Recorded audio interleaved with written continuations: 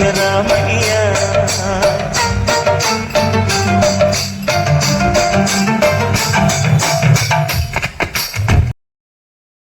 Hi అండి, నమస్తే. Last week ఒక వీడియో అయితే పోస్ట్ చేశాను కదా, అమ్మవారికి జాతర జరుగుతుంది 1 వీక్ అంతా బాగా బాగుంటుందని చెప్పేసి మాదకొండమ్మ తల్లి అమ్మవారిది అయితే బోనాల వీడియో మీకు పోస్ట్ చేశాను. ఆ నెక్స్ట్ వీక్ అయితే అమ్మవారి పండగ అయితే అవుతుందండి. ఇది లాస్ట్ జూలై 30th అయితే అయింది ఈ పండగ అయితే మాత్రం. అయితే మేమైతే పండగకి వెళ్ళలేదు చెప్పాను కదా, మా నాన్నగారు అయితే వీడియో తీసి పంపించారని చెప్పేసి ఇంకా అది నేను పోస్ట్ చేయడం అయితే లేట్ అయిపోయింది. కానీ ఇది ఇప్పటికి పండగ అయితే 1 వీక్ అయిపోతుంది. చాలా అంటే చాలా బాగా చేస్తారండి ఈ పండుగ అయితే మాత్రం. ఇంకా సంక్రాంతి కంటే కూడా ఇదే పెద్ద పండుగ అన్నట్టు చాలా బాగా చేస్తారు ఈ ఊర్లో అయితే.